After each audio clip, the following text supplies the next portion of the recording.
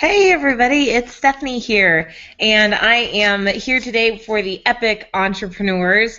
This is my day 3, but I think it's actually day 8 of our, well, you get down to the semantics of it.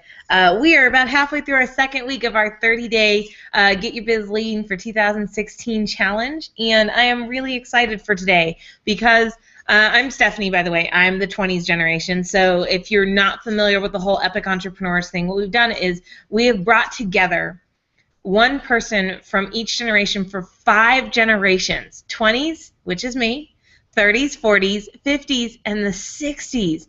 All of us are women who have done incredible things in business. We've all either, created products, accomplished products, sold products, built businesses, changed lives through our businesses. And we've decided to come together to provide you with an opportunity to actually be the best you can be, really, for 2016. We all get, I think I said this before, but we all get paid quite a bit of money for sharing the information that we're sharing with you guys for free because we want to give you the best opportunity possible to make a difference for yourself. So today I'm talking about the sales process, which, like I said, super excited about this one because this is my forte. All right, when they asked me to talk about finances, I said, well, I don't know what to talk about. I'm not a financial advisor. I'm not a financial planner. What do you want me to talk about? And they said, well, talk about how to improve your finances. And I said, okay, well, that I can do. So yesterday, the first day, we talked about your mindsets and how to shift those to get you where you need to be to make the money you need to make, because we all have a preset thermostat or blueprint that is holding us to whatever, to $50,000 a year, $30,000 a year, $100,000 a year. And it doesn't matter what you try to do, you will reset yourself to that particular setting point, that thermostat, that blueprint. So the first day we talked about how to handle that. If you missed it, go back, grab the recording, great stuff. Second day, we talked about how to find your product or your service. Because of all of the types of income, earned income is the number one. It accounts for the most income made. Most people rely on that almost 100% earned income. So what I want to do is show you how to be in control of that earned income. And so yesterday we talked about how to find your product. We talked about what do you love, what gives you the energy, and then what does the marketplace need, and the intersection of those two is your product or your service. So today we're going to talk about how do I move my product or my service, because that's important. You can have the best product in the world, but if you can't tell anybody what it is, well, kind of out of luck, right?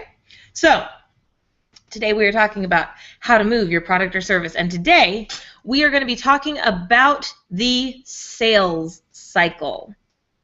The sales cycle. And yes, I focus on sales because most people forget about it. Most people forget about sales. Oh, real quick, sorry, I'm checking my notes here to make sure I don't miss anything, but I do want to be really, really clear. It is not a one-day process to find your product or service most times. Either you already have something and you're just turning it into a reality, but going from scratch to having a product or service is often not going to happen in one day. So I really highly recommend you go back, spend some time either picking the product or service you want to focus on for this year, or creating your product or service. And once you've got that, come back to this. So that's why we've got the recordings, right? So I'm going to go ahead and I'm going to do a screen share real quick here. Let's see. See if I can do this one. Nope. Sorry, I was having some trouble with this one yesterday too. All right, that's better. Let me give you guys the PowerPoint. Okay, so we did our recap, right? We did our recap. Great. Let's move on. What's next? Step 2, make sales. Why does this matter to me? That's what most people forget. Most people make a big mistake. They may have a great product or a great service, and then they get out there and they go, why isn't the world leaping to buy it? I don't get it, Stephanie. Why isn't the world leaping to buy my product or my service? Shouldn't they be? It's a great product. It's a great service. We've worked this out. We've got the best idea in the world. But I'm not going to get my butt off the couch and go sell it. Really? Come on. So sales training is, I focus on sales training because people forget about sales training. People forget about sales training. They just do. It's frustrating to me sometimes because people come to me and they go, well, I don't have enough money. Well, that's because you're not focused on sales. If you never have enough cash flow, you never have enough money, it's because you're not making enough sales. Sales equals cash flow equals solvency equals business. You stay in business with sales. You have to focus on it to make a difference about it. So I want to share something with you, though, okay? Sales, sorry, a little bit behind on the slides here, but sales makes a difference. Sales equals cash flow equals solvency equals business. The more you make in sales, the more money you have.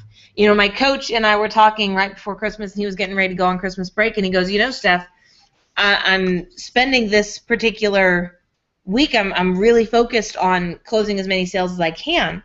He goes, you know why? Because I've got vacation next week. So as far as I'm concerned, however much I manage to close in sales this week, I've already made all my goals. So however much I manage to close in sales this week is how much I get to spend on my vacation. Sales equals money. Sales is great. A lot of people have a very negative view about sales. They look at sales as hard. They look at sales as pushy. They look at sales as manipulative or rude. And I really want to encourage you, that is not what this is about. Sales is not about being pushy, manipulative, rude. Sales is about making money so you can take care of yourself, so you can take care of your family. So stay focused. Stay focused on sales. You know, here's the analogy I'm going to give you guys. Some people look at me and they say, well, Stephanie, it's easy for you to talk about it. You've always been a great salesperson. In fact, I met up with one of my old high school friends, and she goes, Stephanie, it makes sense that you're a sales trainer because somehow you always got what you want, and somehow none of us were ever upset about that. Right? Somehow you always got what you want, and somehow none of us were ever upset about that. And I was like, really? She goes, yeah, you were always selling us into doing exactly what you wanted, and I never thought about that. But sales has always come very easy to me. It has. Sales has always come easy to me. So a lot of people come to me and say, well, Stephanie, you know what? Here's the deal. It's just not that easy. But, you know, the guy that taught me that there was a system to sales, he started as a sales failure. He couldn't sell to save his job. He got the job pretty much by luck of the draw, and he couldn't make sales to save his job. How terrible is that? But there's a key, there's a combination to sales. Sales is like this bike lock that I've got up on the screen right now. Sales is like this bike lock. If I were to hand you this bike lock and ask you to input the combination, even if I told you if you can open this bike lock within the next 5 minutes by putting the combination in, I will give you $1 million.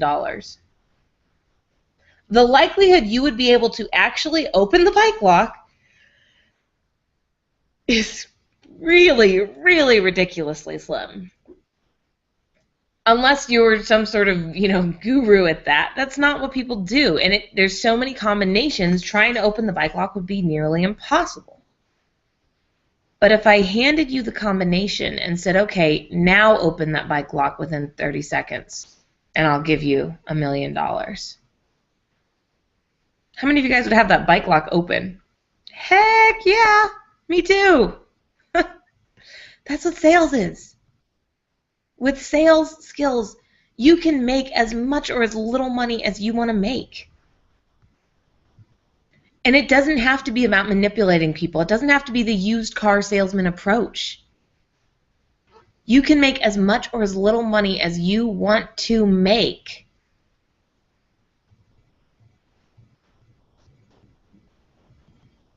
All you have to do is open the combination. So some of you guys are sitting there going, okay, Stephanie, whoa, hold on, what's this combination? Some of you guys are still sitting there going, yeah, right, I don't believe you. So the guy that taught me to sell, he's got a great story behind him. he worked at McDonald's when he first started for 5 years. And of course, no one wants to work at McDonald's forever, so he was going to the junior college to get a degree, better his life, yada yada. And he went there for 5 years as well. Didn't graduate.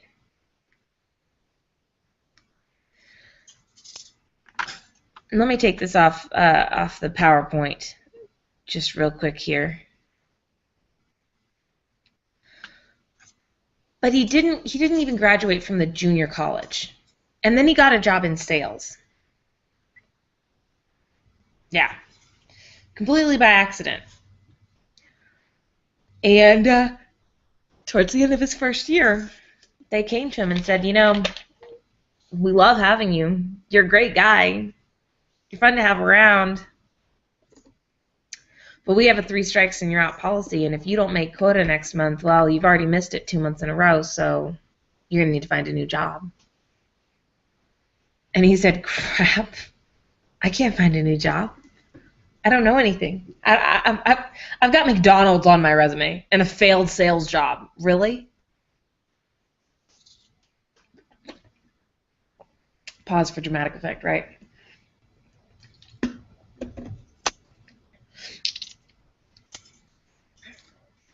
I've got this sales job.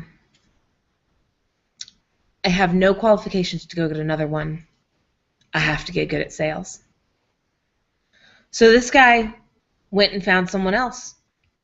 He said, I need you to teach me how to get good at sales. Actually, someone introduced the guy who taught me to his friend's mentor. It gets a little confusing here.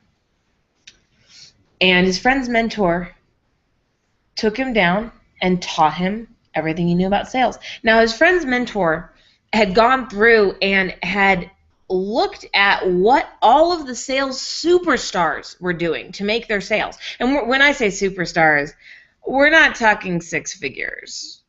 We're talking 7 figures in commission. And so the mentor went and watched all these superstars and realized they were all doing the exact same thing. They didn't know it, but they were all doing the exact same thing. And so the sales mentor came back and he taught the guy who taught me. He said, here's what you need to do. First you're going to do this, then this, and this, and this, and this. Well, the very next month, the guy who taught me, he managed to keep his job. He's pretty happy about that, right? I would be too, right? You're about to be fired, you managed to keep your job. Whew, happy, good to go. Just barely made quota, like skin of his teeth. Second month, he made quota 5 times over. Worst to first in 60 days. He had no sales skills. You look at this guy, and this is not the type of guy you would look at and say, I'm going to hire you as my salesperson. Doesn't look like a salesperson. Isn't super outgoing like that. That's not his forte. And yet he had success in sales because he knew the combination to open the bike lock. So here's what I want you to realize. If you want to be successful in finances, in sales, in business, Robert Kiyosaki, who is arguably one of the greatest investment coaches, investment guys out there, says that there are two skills that you need to be successful in business. Marketing and sales.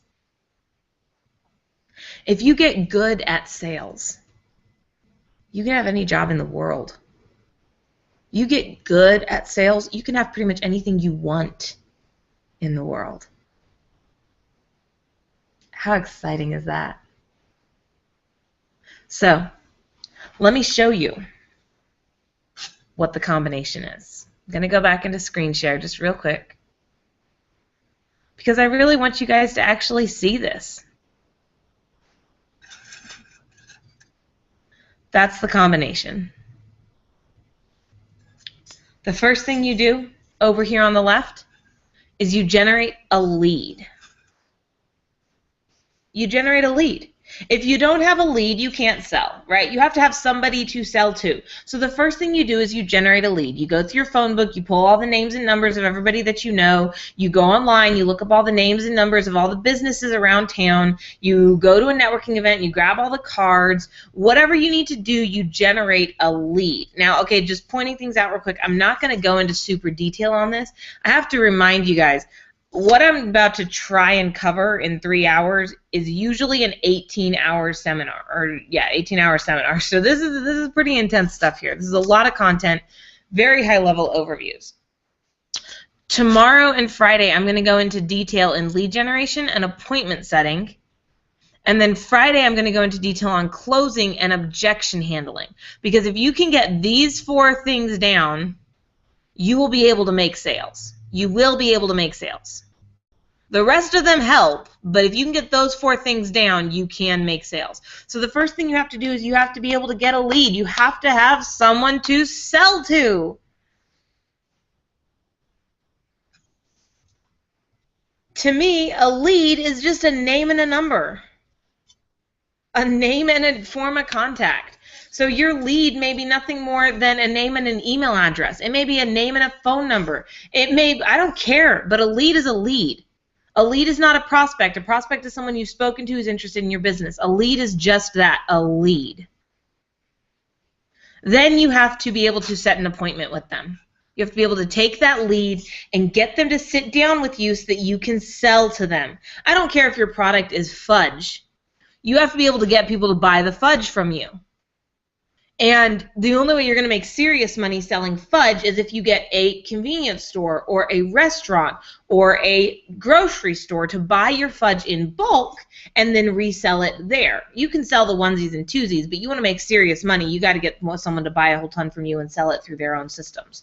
So you have to get that person to sit down with you and at least talk about the prospect. At least talk about what you're going to do. Now, I'm going to talk tomorrow a little bit more about generating leads, some of the techniques that I really like for generating leads, like social media, the house list, networking. These are all things I'm going to discuss in more detail tomorrow. And again, tomorrow I'm going to talk more about appointment setting as far as use a script.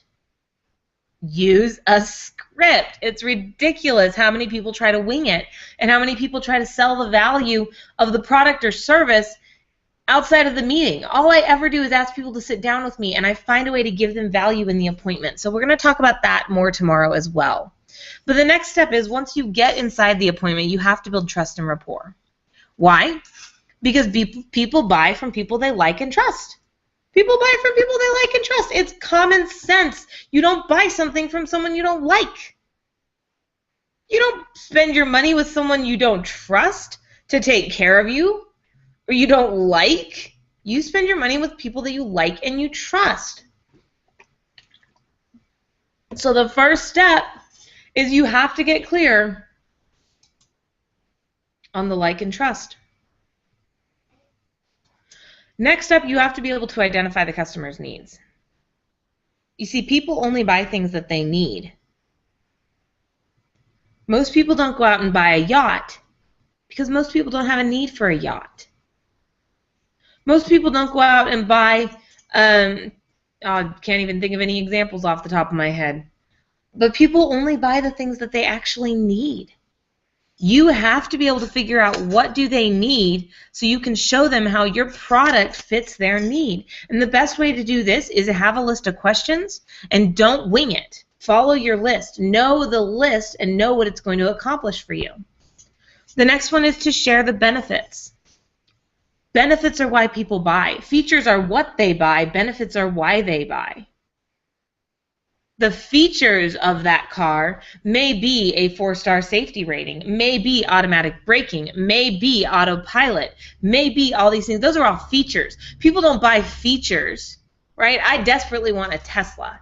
I want a Tesla car because it pretty much drives itself. I would absolutely love that. Take a nap, read a book, whatever I want to do while I'm driving. That is amazing. I'm all over that. I'm not buying autopilot. I am buying the freedom from having to drive myself all over town. I am buying the freedom to check my phone, to send emails, to read books, while I'm driving all over town. I am buying back my time because I have to drive. I have to get from place to place. I want to take advantage of that time. That's the benefit that I'm buying. So what are people actually buying? When they buy your fudge, they're not buying sugary goodness. They're buying a warm hug for your tummy. Right? Then the last thing is the close.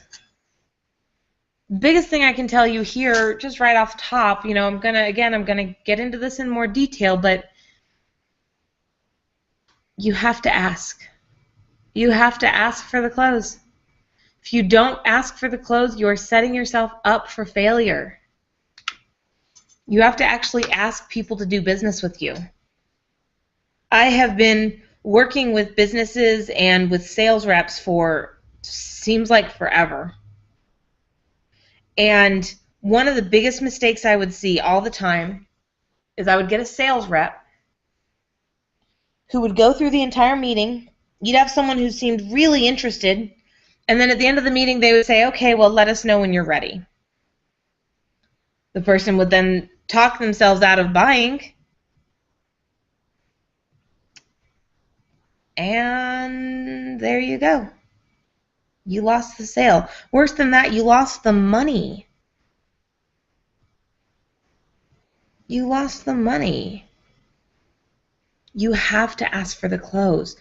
Don't be afraid to ask for the close. A lot of people are afraid that by asking for someone to do business with them, they're going to come across as pushy. Here's the thing. We've all been told if you don't ask, you don't know. If you don't try it, you'll never know. If you don't ask, you'll never know, right? You've heard that before. Someone said, I want you to go try, I was doing a training earlier, and it was stifling hot in the room. And I said, well, I don't know if they're going to turn the AC down for us. And they said, well, you never know if you don't ask. Right? You never know if you don't ask, so ask. Ask them to do business with you. The last step is objection handling. Because people say, oh, well, I've got to think it over. I was talking to a lady earlier today, and I want her to do a program with me, and she said, well, I just don't know, the timing just doesn't seem right. And I said, honey, I'm not taking no for an answer from you. We're going to find a way around this. I want you in this program with me. You're going to end up doing it. She doesn't believe me quite as much as I believe me. People say no for a variety of reasons. It doesn't always mean no. Sometimes it just means not today.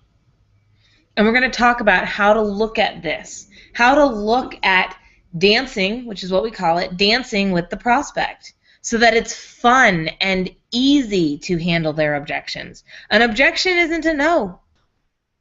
An objection is, I have questions and I'm not sure. Last but not least, you've got the follow-up on the back end. After you close the sale, or sometimes you don't, you have to follow up with them. How are you going to follow up? Now, the way I teach it, and I'm not going to go into follow-up, so I'm going to spend a little bit of time here, but the way I teach follow-up is you follow up till they buy or die. Till they buy or die. Oh my gosh. That's intimidating. It is so easy to get drowned in the busy work. Right? Let me go ahead and take this off. Let's see if that's, and hopefully that won't cause any problems for me. But you follow up till they buy or die.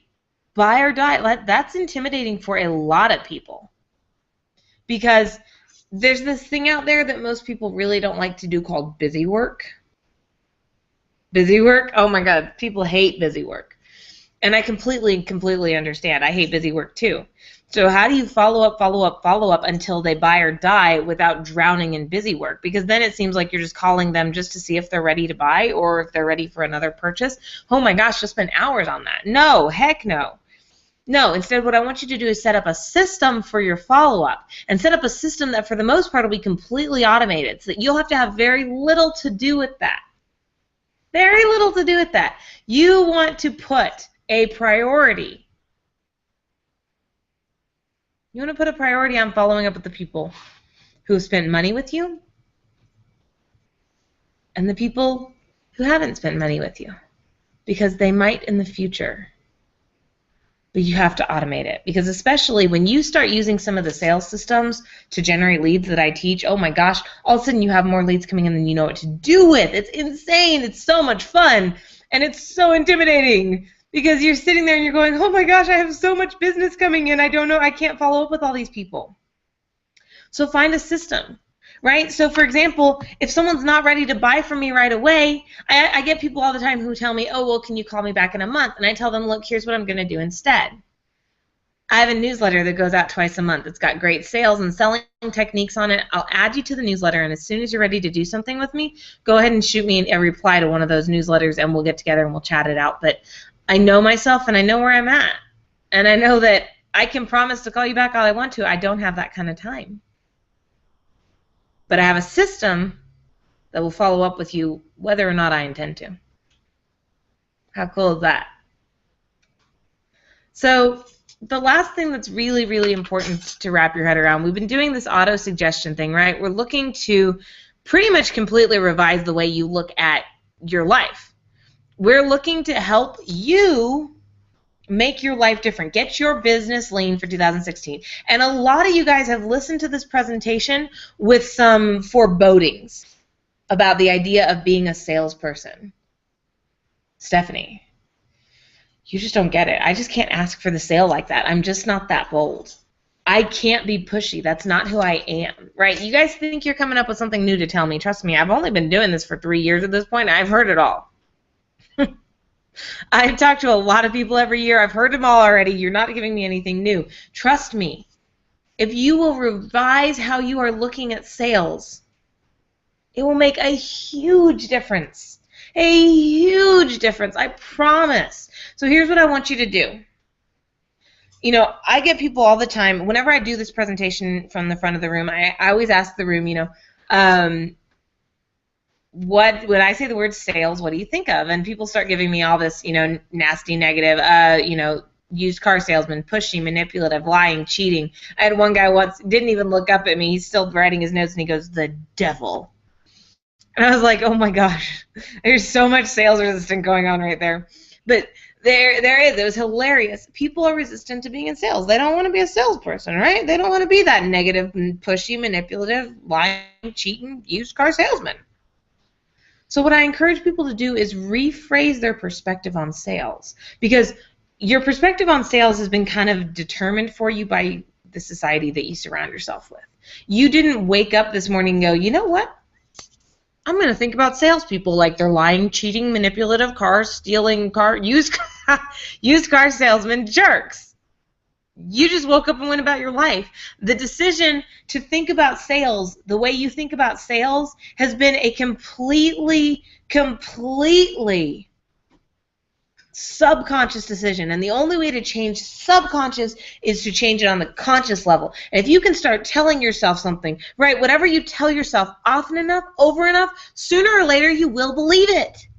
Sooner or later, you will believe it. You have no option. If you tell yourself something often enough, over enough, sooner or later, your body will believe it. Your subconscious starts to latch on. So what I want you to do is, for your vaxing today, your visual, right? You look in the mirror, your auditory, you rub your ears, your kinesthetic, you do, you know, whatever, jumping jacks or push-ups or whatever.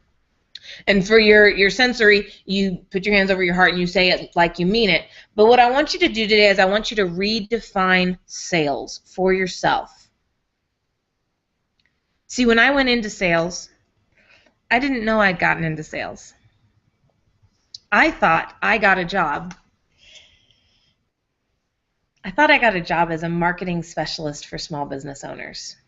That was what they marketed it as, and I took them at their word. I didn't think through the fact that, come on, it's really just a fancy term for sales rep. So I didn't really register that I was in sales. And then the second week of working there, I was doing really well. I was closing sales. I was bringing in. I didn't know I was closing sales. As far as I was concerned, I was getting people who wanted to work with me as their marketing specialist. And the second week there, my boss said, well, you know, this chick's doing really well. Let's go ahead and pull her into the main meeting with everybody. So I come in, and it's your classic hyped up Monday morning sales meeting. Oh my gosh, y'all are the best team in San Antonio. You can do this. Rock it. Y'all are great. Sales, sales, sales, sales, sales, sell, sell, sell, sell. You're awesome. You're awesome. Woo, sales. It was all hype, and I'm just like, I'm sitting there, and I'm like,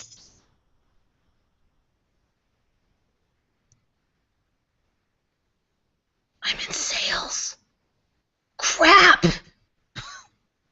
Because to me, sales was when the phone would ring. My family sat down to dinner, the phone rings, Dad goes and answers it, and he comes back and he's going, you know, those sales reps have no respect. They always call during dinner, and how dare they? They're so rude. They don't listen to you. So I didn't want to be rude. I didn't want to be upsetting people. So for 4 weeks, right, I make a sale my first week, that's double quota. I make a sale my third week, or my second week, that's triple quota. For 4 weeks after that, I didn't make a single sale. I was freaked out. I couldn't be a salesperson, so I wouldn't ask for the close. I hated calling people to make appointments. I hated what I was doing. It wasn't until I reframed my sales mindset to tell myself, you know what? I'm going to go back to the way I was doing this. I'm going to go back to looking for people who want to work with me as their marketing consultant as opposed to their sales rep. And I'm going to be the difference for these people. And as soon as I made that decision, I went right back to making sales. It was amazing how as soon as I changed how I looked at sales, my sales went through the roof. Yours can too. But you need to redefine sales for yourself. And I can give you my definition, right? My definition of selling is that selling equals service. Selling is about education, and selling is about helping people's dreams come true. Because every time I make a sale, I'm serving someone else by helping them. I'm educating them because I'm a trainer, so I'm educating them. Whatever sale I make is going to educate them. And I'm helping their dreams come true because I'm helping them make more money, because I'm helping them close more deals. It's exciting stuff. You have to find your own definition. What is sales to you? Making more sales, making more money. Is sales your ticket to freedom? Is sales how you take care of your family? Is sales your way of giving back in the community by getting this great product or service out there for them? What is sales for you? And then you vax it for yourself. Visual, auditory, kinesthetic, sensory. You can do it. Think about what you need sales to be for you. What you need sales to be for you. It'll make a big difference, I promise. I'm looking forward to seeing you guys again tomorrow. We're going to go more detail into generating leads and setting appointments, two of my favorite topics. Because if you can't generate a lead and you can't set an appointment, you never get a chance to close. So I have a blast with these ones. I'm going to have a blast with you guys tomorrow. I encourage you, join us again, www.247epicentrepreneurs.com. And looking forward to seeing you guys then. Until then, make it an awesome day.